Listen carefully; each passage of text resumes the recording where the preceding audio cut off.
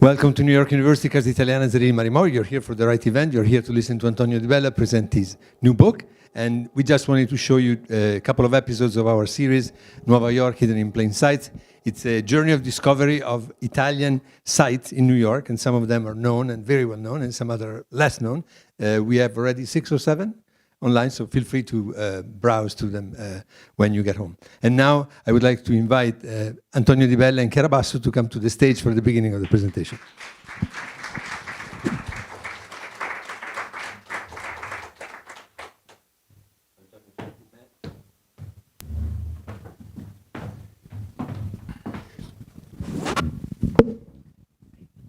So following the pandemic, we have very, very short presentations.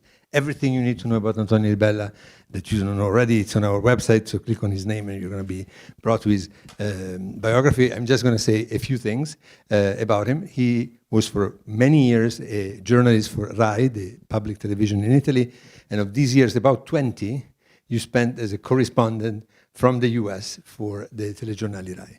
And of course, he's one of the most famous and beloved faces of Italian television.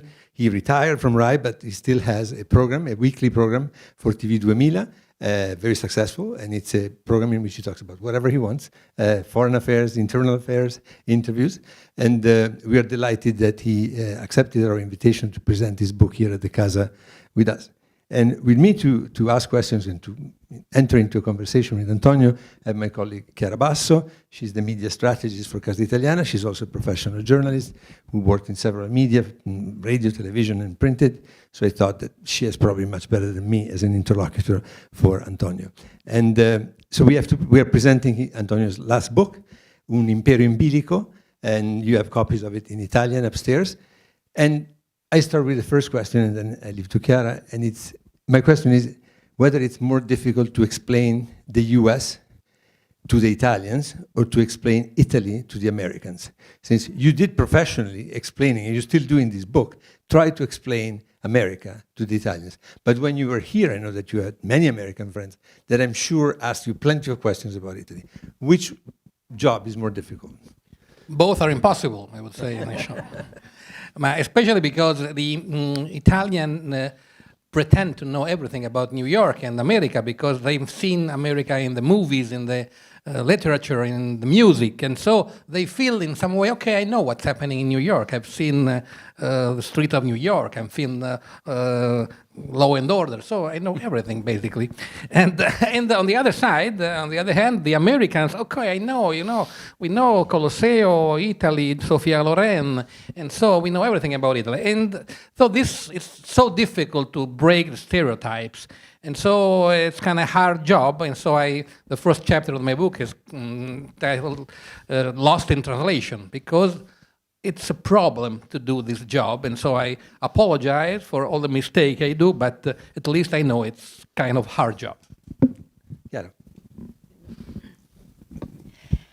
So your book is really interesting because you really do a great job about, diving deep into most of all, US politics. And as you just said, it's very difficult to translate a country to somebody else, but sometimes it's very difficult to talk about somebody, even if you speak their own language. And talking about US politics, here arrives the question. So you say that US politics is getting more and more Italianized. So please explain to the audience this concept. And then I will go with the second question, because I already know this answer, but I'm very curious about the other answer to my question. In this way, I think there is in the Italy where I grew up, the parties had once an important role. There is a nice movie of Moretti in which in the 60s a communist group of people of the Partito Comunista Italiano met some people from Hungary, and then Hungary was invaded by the Soviet Union. And so they were sympathizing with these people from Hungary stuck in Rome and suffering for the invasion of the Soviet Union people. And they said, but the party didn't say nothing. And so we cannot condemn the invasion because the party said, it's okay, we defend the communist empire from the evil of the capitalism. So nobody could have his own view before listening to the official line of the party. It was the opposite because America has a liberal opinion, everybody has his own opinion. But I found this process with Trump. I met a lot of people. I was on January 6th in Washington when there was assault to Capitol Hill. And when I tell to somebody in America or in Italy what I've seen, they tell me no, but I asked to MAGA, to the Make America Great Again people, and they told me that it's not true what you're saying. It's not an assault, it was a fake, was FBI operation. How do you know that? Because MAGA people told me. So I found this strange, odd similarity between the Communist Party of the 50s and the Trump Party of this time, in which there's no personal opinion, but first I listen to what my leaders say, and then I think. And I think that was a bad imitation of a bad habit of all the time of Italy in America. So if people listen more and more to their own party, why the Democrats do such a bad job in communicating what they do? For instance, very practically. So your book, you describe Donald Trump's success in the 2016 campaign and during his presidency as a direct result of the frustration of working class Americans. Yet during his presidency, Trump guaranteed more than $2 trillion in tax cuts, mostly soaked up by millionaires, billionaires, and giant corporations. On the other hand, Biden actually got through a 15% minimum corporate tax on billionaire corporations, the first tax increase on big corporations in more than 30 years. Why are them so unable to communicate their achievements, and what makes the American public so deaf to some news and so influenced by others? Well, I think that, at the end, to be short, I think that a lot of problems that led Trump to success, the mistakes of the old Democrat Party, of Hillary Clinton, to be clear, of the Clinton era, that was the relied on the globalism. Globalism is the solution, no matter if we lose jobs, but companies make more money. So for that reason, a lot of blue collar left the Democratic Party and switched to Trump. Biden made a correction to the democratic politics, and in my opinion, made a good movement, putting not anymore the consumer at the center of the economy, but the producer. And he went first president in history in front of the industry, of the auto industry, shoulder to shoulder with a union man. And so I think he corrected the message of the Democratic Party in a right way. Economy is better, unemployment is low, inflation is under control, but the messenger is not strong as the message. He had a good message, but the messenger, Biden himself, it's not the strength that the young president should have. And it's a problem, and the only problem, I think, not the only problem, obviously there is also international situation that's very hard to deal with, but, I mean, the politics of the Bidenomics, in my opinion, are the best economic plan of the last 20, 30 years in America. But the problem is the leader is not good enough in communicating that. No.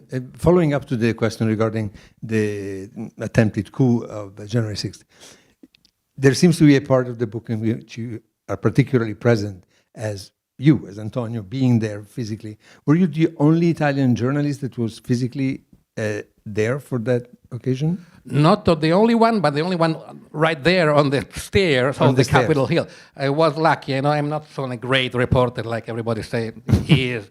I was actually, like all the Italians, far from the place where everything happened. All the American journalists were first, but they were beaten, and all the camera was destroyed. So the time I got there, all the journalists, the real journalists, I would say, went away beaten. And so I, with a little stupid... So you're the first unbeaten journalist yeah, exactly. on the steps of On the step, Capitol because Hill. they arrive, I've seen all the cameras broken. I say, oh, it's strange. Everybody lost this camera. And so I arrived there with the luck and the luck of the unable man. And so I was there. I began to broadcast. And so for a while, all the people there didn't understand why this strange guy was not beaten and was still there. And then they got me and they sent me away without beating me. I was lucky and just pushed away.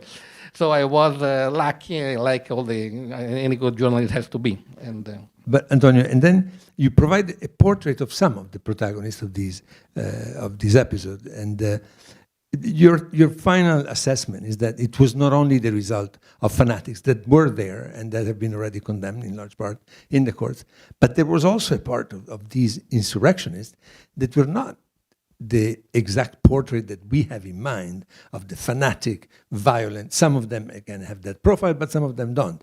And you concentrate in particular on an Italian-American. And this is something else I want to say about the book. You have a particular eye of attention for Italian-American. And that is something that is not very easy to find in Italian journalists when they're here. They want to talk to the Americans. Whereas you have an interest for the Italian-Americans, both in the things that you read and you quote, but also in the daily dialogue that you had with them. You wanted to understand what was going on and why they made some choices.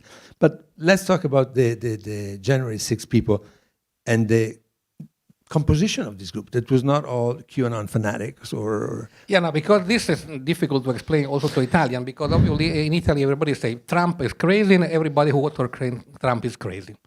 End of the... So it's not like that. I mean, there is a reason. You have to understand why these are not despicable people, like Hillary Clinton said. So these people feel humiliated by the leadership, the Democratic leadership, and they have a rage. Also in Italy, something like that. They feel treated like shit by the left. And so the revenge is to vote for anybody of extreme, to protest. And in this group of people, there are the Italian-American. I had a nice guy, Mark Caruso, my cameraman here in Rai, who said, my family, Caruso, Sicilian ancestors, he was born and raised in Brooklyn, and he said, all my family vote always Democrat. Now I vote for Trump.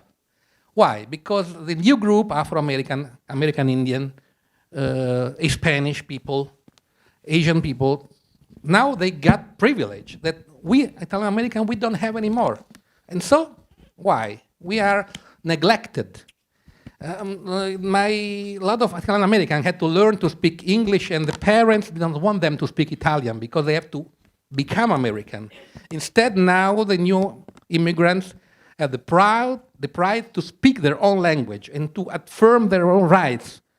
And so the Italian-Americans feel neglected.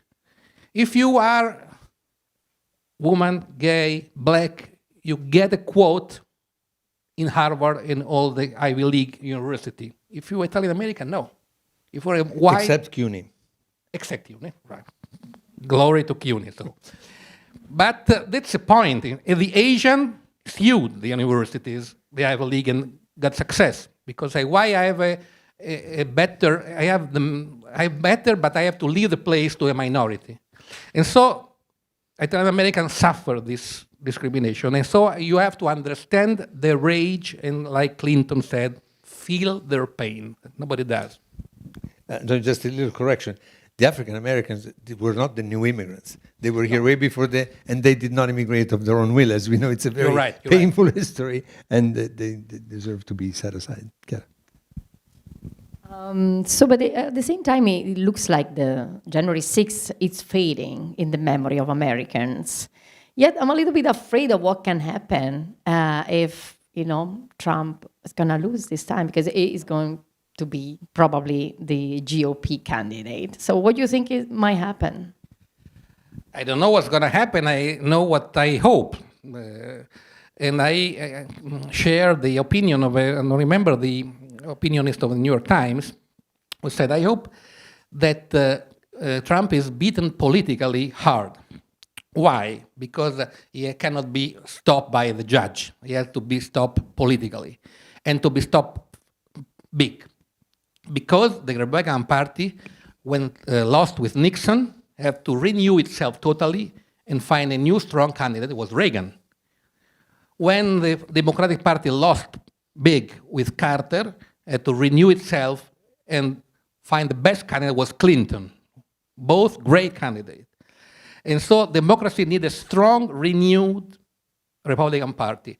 And this can happen only with a political defeat, not with some judge or some legal trick. And to keep the democracy healthy in America, this is a process that I can hope it happens, but I don't know if it will. But why on the left, progressive voices, strong voices like Bernie Sanders, Elizabeth Warren, or Alexandria Ocasio-Cortez that seems now put on the side? We don't hear about her anymore as we used to at the beginning. I mean, why they're struggling to be heard inside the party in America? I mean, if extreme voices work on the right, why they cannot work on the left? Well, I actually think, I have to admit, we are between friends. I admit I like Biden because I share the burden to keep together this party with so different souls.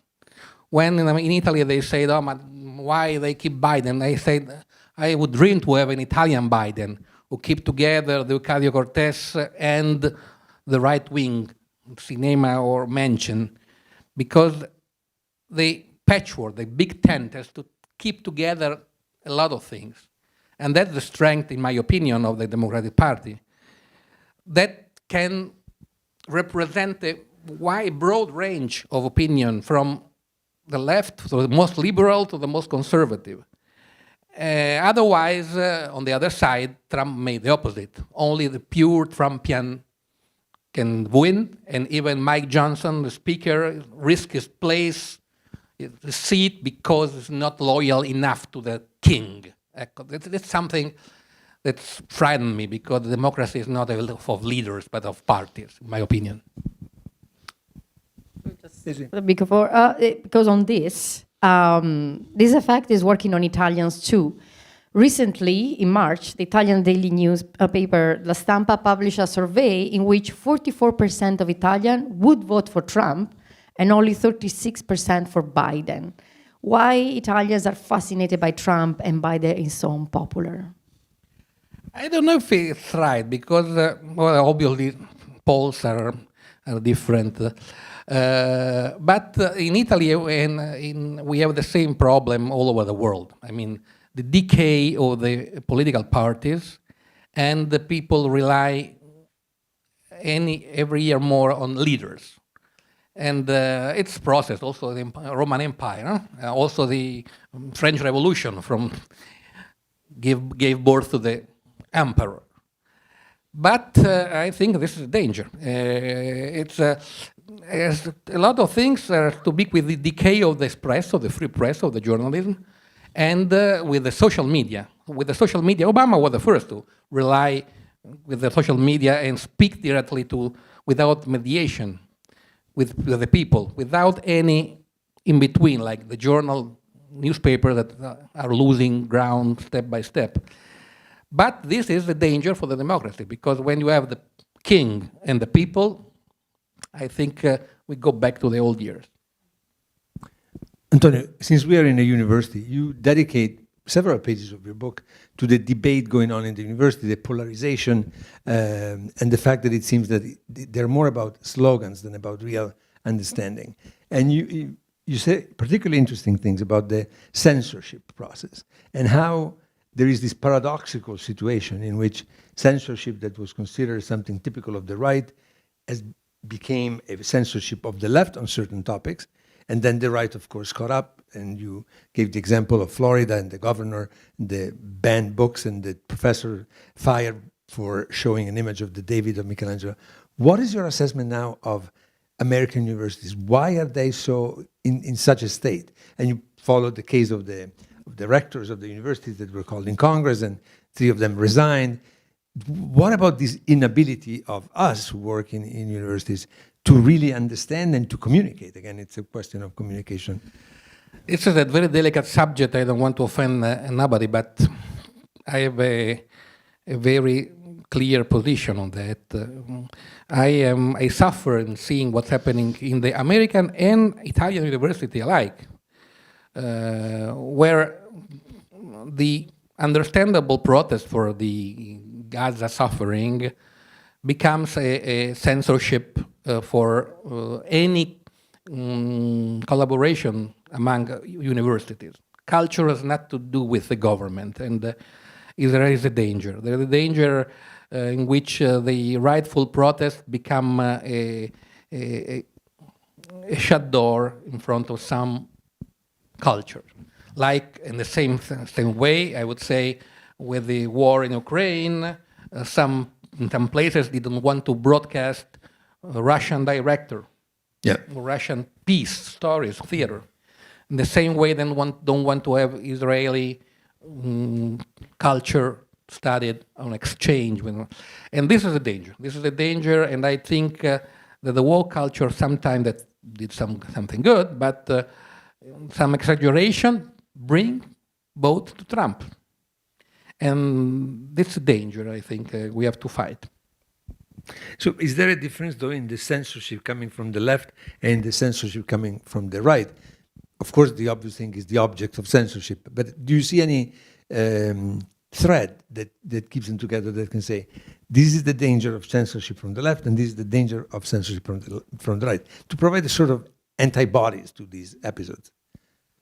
Well, I mean, the America should be the place of freedom of expression, and then should not be any censorship from the right and from the left. The free flow of culture and information is the essence of the American democracy.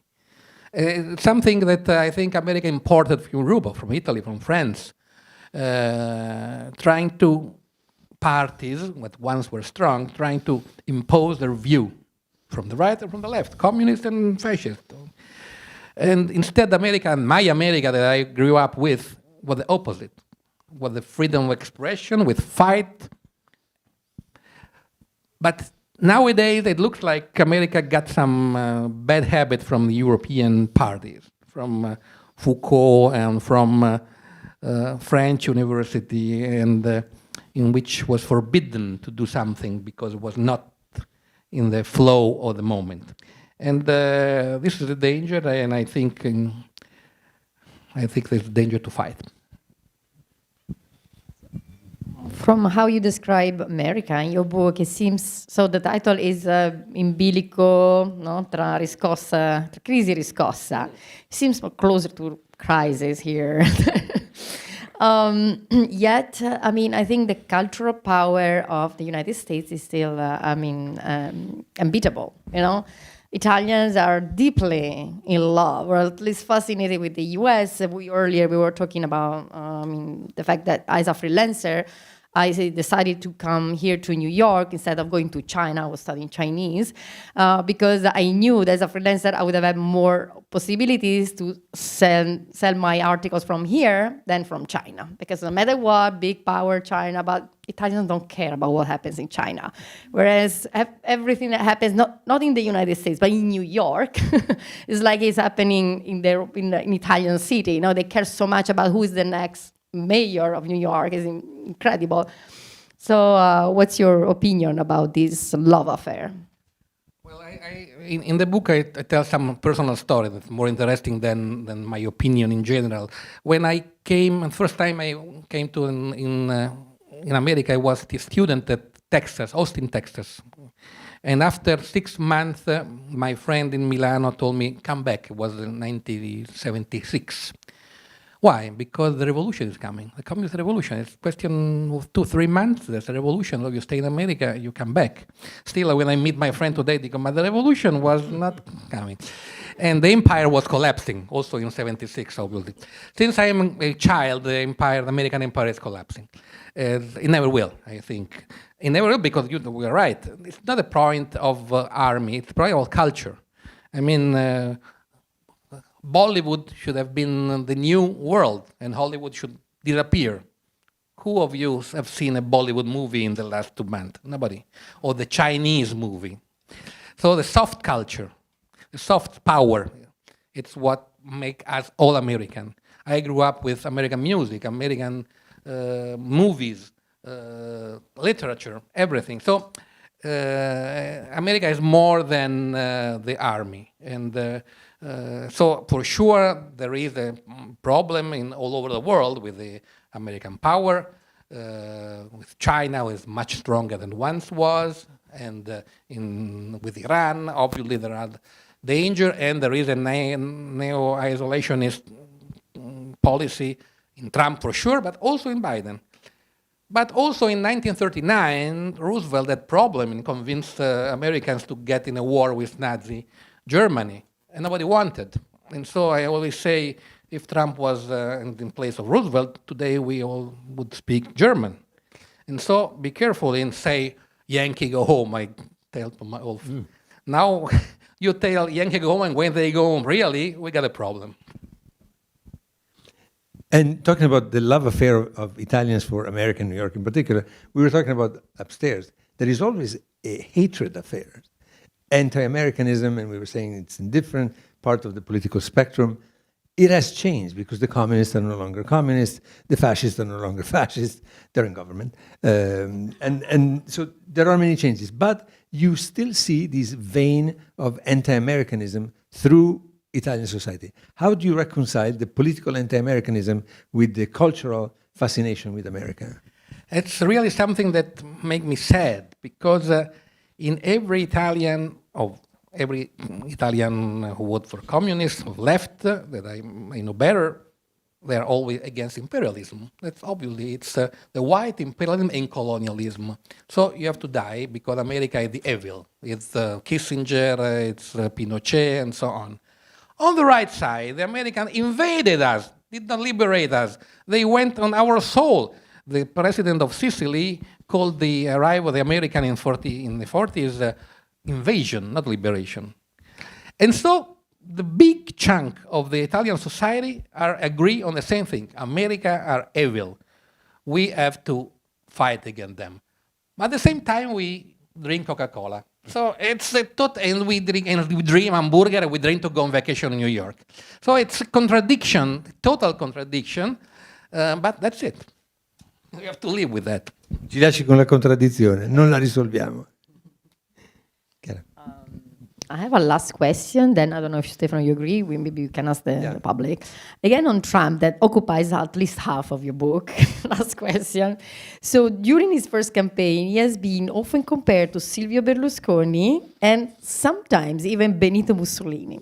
Given what now we know about Trump and how this is, the style is as a president, do you agree with this, or there are deep differences between Berlusconi, one side, and Mussolini and Trump, or there are similarities also? Which one?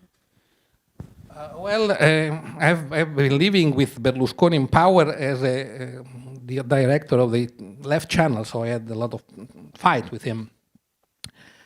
But I have to say that Berlusconi was much better than Trump, was a giant in comparison with Trump.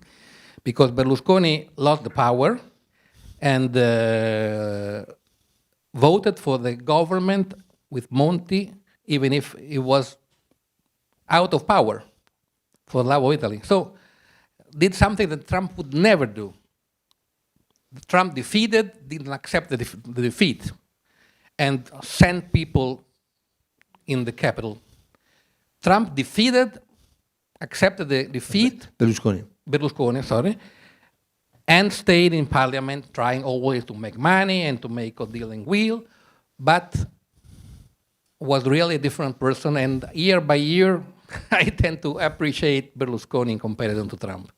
Antonio, also, wouldn't you say that in the style, as Chiara was saying, Berlusconi, even in a naive way, when he said, "Mine is the party of love," we all laughed about that. What does it mean, a party of love?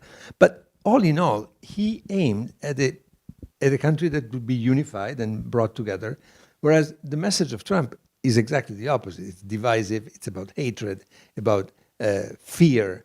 So even in the communication style, the message was different. Was not bringing, of course he did it for his own purpose.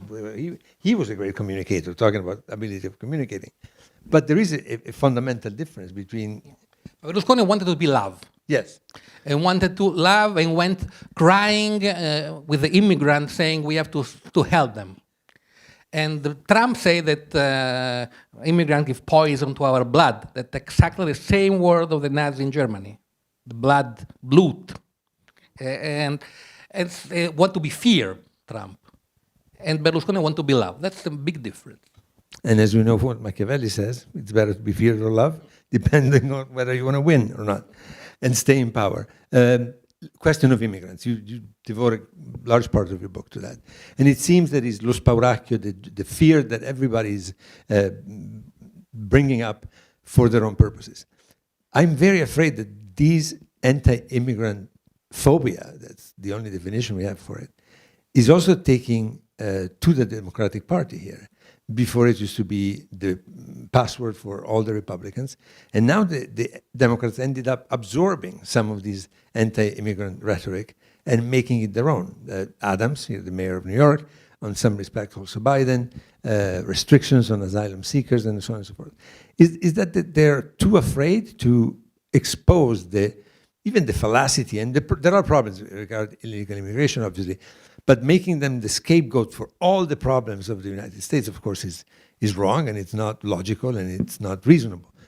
What do you think about this immigration phobia?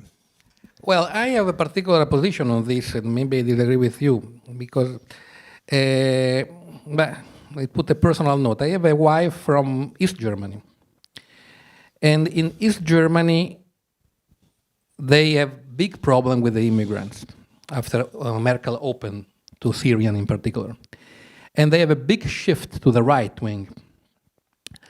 My wife, and I try to understand because we fight a lot about the immigrant problem with the same reason you told me. But the leader of the Democrats and people like me speak in theory about, that's my wife speaking, about immigrants, so we have to help them, but you don't have the immigrant in your neighborhood destroying your neighborhood because there are too many and there is no structure to help them. And the rage and the fear of this kind of people are not heard by the left in Italy, and Democrat in some part are heard, but not enough. So I think the process of facing this problem in a practical way, it's essential to keep the lower level of the voters in the Democrat field. Otherwise, you lose them and they vote for Trump, who gives no solution but the wall. The wall, I say same thing. The wall, it's symbol. The wall, the gun. Nothing works. The wall it's a fake. But psychologically, I take a wall and I'm safe. So it's hoax, obviously, but can work if you don't have practical solution. It can work from a communication standpoint, not for the solution. Obviously, it doesn't work at all. But we are make America great again. The wall, the gun. If you are fear, you want a wall and a gun. It's something really deep. It's psychological. Basic, yes. Basic, yeah. I think we can open the conversation with our audience, whether you have read Antonio Ribella's book, L'Imperio in Bilico, or not, and if you have questions based on what he said or anything else.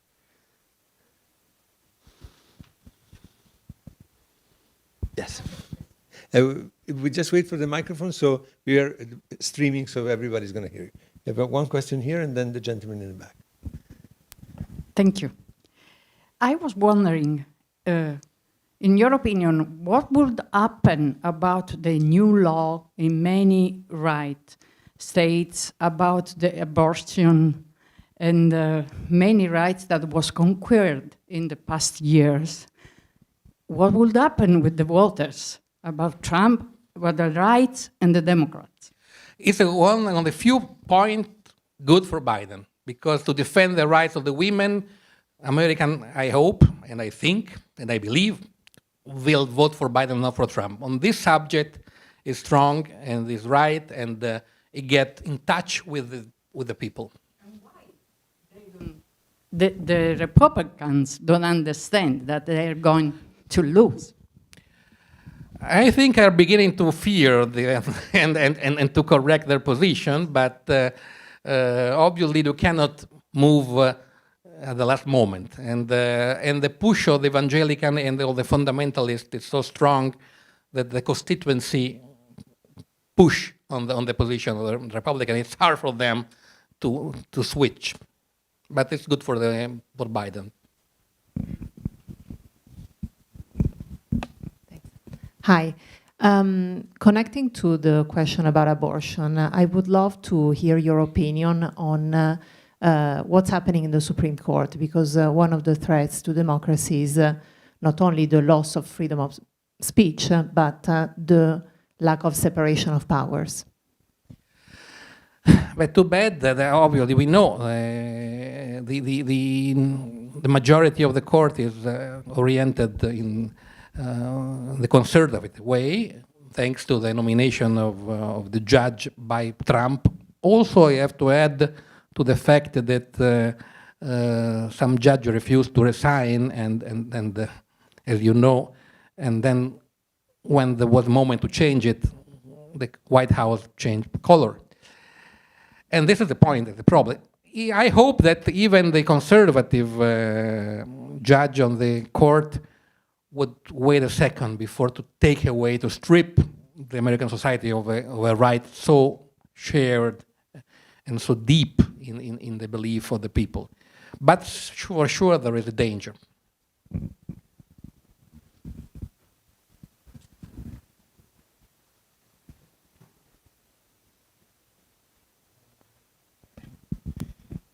Hello. In 2016, I was traveling through Europe, and then at the time, Hillary Clinton, of course, was running against Donald Trump, and everybody wanted to ask me about the election because it was the summer right before. And now I'm wondering, with this new election, are people in Italy and I feel other places in Europe looking at us and saying, are you crazy? Are you really going to potentially elect this guy again? Or are they more sympathetic to the idea, or is it completely split the way it is here? Because when I hear you speak, I'm probably very politically aligned with you, but I do often hear Europeans sometimes look at American politics and say things very matter-of-factly, like, well, of course the wall is just a symbol, or things along those lines, which I agree with philosophically, but there is a reality. And the reality is, even after everything we saw on January 6th, Donald Trump really does stand a chance to be reelected, which seems impossible to me, but it is real. And I'm wondering, do people really, is there such a split even in Europe when people view these kinds of things? Are they looking at us now thinking the Americans are crazy for potentially reelecting him, or is there a real split there also where people see the appeal of someone like him? Well, I agree with your with your idea, that's my idea, how could it be possible that people vote for Trump? I haven't seen him in action. And in theory, I mean, Italian or European should share this idea. But I tell you something that's really surprised me. A lot of friends of mine, very left, against the war, very for peace, against American imperialism, say better Trump than Biden for the war. Because Democrats always try to build democracy with the guns, and Trump at least think about America, that's it. It's a crazy idea, but also right-wing people. It's just not true, because when George Bush was president, I mean, I think the biggest mistake in the last 100 years in America was Iraq, and we're still paying the price for that. And that was obviously a Republican administration, not that they also had Democrats in Congress helping them. But what I'm concerned about is this idea that you and I may take things for granted. Like, we look at 4 years of Trump, it's not hypothetical. Like you said, we saw him in action. It seems incredible to think that you would give that guy the White House again. But this is where, like you say, people on the far left who say better Trump than Biden just to send a message about Gaza, for example, this is where there are a lot of people in the middle or maybe center right who think these lefties are totally crazy. And that to me is, I don't know in Italy what the what the vibe is this day in terms of people feeling left, right, or is it a split? But that's what scares me the most, is that people on the left have gone so far left that it allows for this this backlash on the right, which they couldn't do if they didn't have a critical mass. I totally agree with your perception, and I can tell you there is a small party called Sovranità Popolare that put together Alemanno, a fascist, and Rizzo, a communist. And they together make a small party, but they share the same idea against America, for Italy. They are fascists, basically. We don't forget that the Nazi flag was red. So it's a national revolution. And that's frightened me, because the idea of this hate for America, go away, we take care of ours. Oh, Europe can take care of everything without America. It's so fragile and so absurd, I would say. But it's taking a lot of young people, for example, all the people who in the university have the Gaza flag. They are, hey Joe, how many killed did you kill today? And they think that Trump will do different. Oh, it will go away. What can I say? I share your feeling. But if Trump wins, it's also what Putin wants. So it's a big problem. I mean, talking about foreign policy, what can happen also to Europe if Trump wins and then Putin becomes even more powerful? I make the story, I take the part of the people with which they say, good, if Trump wins, we stop the useless war who NATO began against the powerful and good Russia that was peacefully there and was attacked by NATO and the Americans to fuck Germany. The only reason, speak my wife here, the only reason of the crisis with Ukraine was to fuck the economy of Germany. Bleeding Germany because he has no more the gas of Russia and no more the market of China. And so finally Europe is weak because America keeps his hand on you. Without America, Europe will flourish. We make peace with a Russian friend, and everything will be beautiful. It's not true, because Putin would go to Kiev and then to Moldova and then to Latvia. And then they will discover later. But this is the idea. A beautiful world without the evil democratic American. And actually, again, going back to the Italianization that you were talking about at the beginning, I didn't agree completely with what you wrote, because I don't think that people listen only to their parties. I will hope it was that, but actually they listen to other people's propaganda. Like we know, as a matter of fact, that there is a Russian propaganda in the social media here. And so I don't think people's opinion is influenced by their own party. It's actually by an extra. In Italy or here? Here. Or everywhere? Okay. Well, it's everywhere. But we're speaking about the US. Yes, the MAGA party, because if you see in the Congress, there's nobody making politics before calling Mar-a-Lago. So what's the party or the faction or the fanatic group? In any case, there is no autonomy in the evolution of a political line. There is a king who gives order through Taylor Green or somebody else.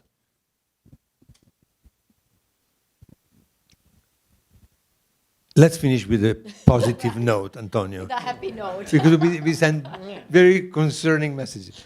And we're going to have other notes coming in, and I'm going to talk about that in a minute. But give us like an upbeat message of this general vision of the United States that you presented to your Italian readers. Yeah, well, if we finish with some surprise. Yeah.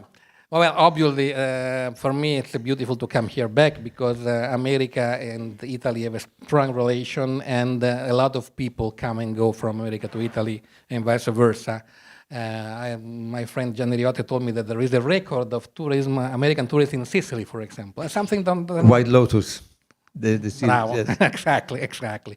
And so there's something that you don't see on the newspaper, on the political debate, but there is a big exchange of culture and of love and between Italy and America, and we are here, everybody here testify that that's the relation from Verrazzano to today, to the future, from Meucci and Garibaldi, and today that it's going to be a long time. And because the French Revolution, the American Revolution, the Italian Risorgimento are linked together. The culture, our roots are so ancient, and it will stay beyond Trump. And now other notes. You might wonder what that stool is there for with the guitar. In my presentation, I omitted the important part that Antonio is a famous journalist, very respected, but he's also a singer and a songwriter. And tonight, he's going to play and sing for us a song dedicated to Biden. Yes, I'm sorry to... dobbiamo metterle uno su e uno su uno. Ecco, grazie. E questo però mi aiuti.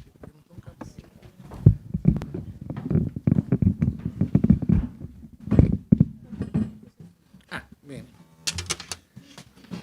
I'm sorry, short, don't worry.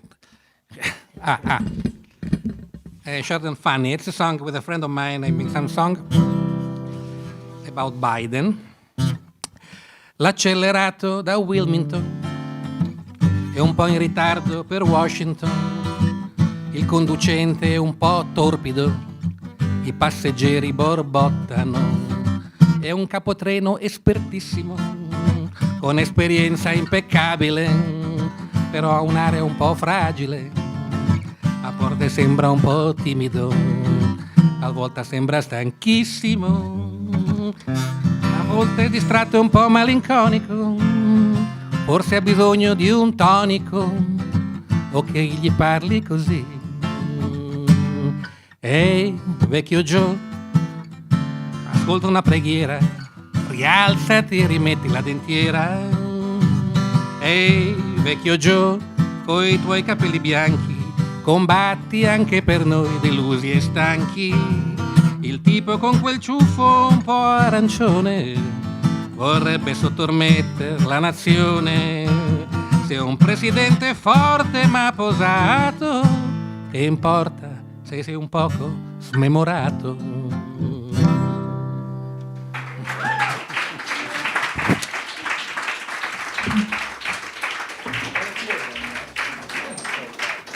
Grazie Antonio Di Bella, I hope you appreciated the rhyme, Riviera Dentiera.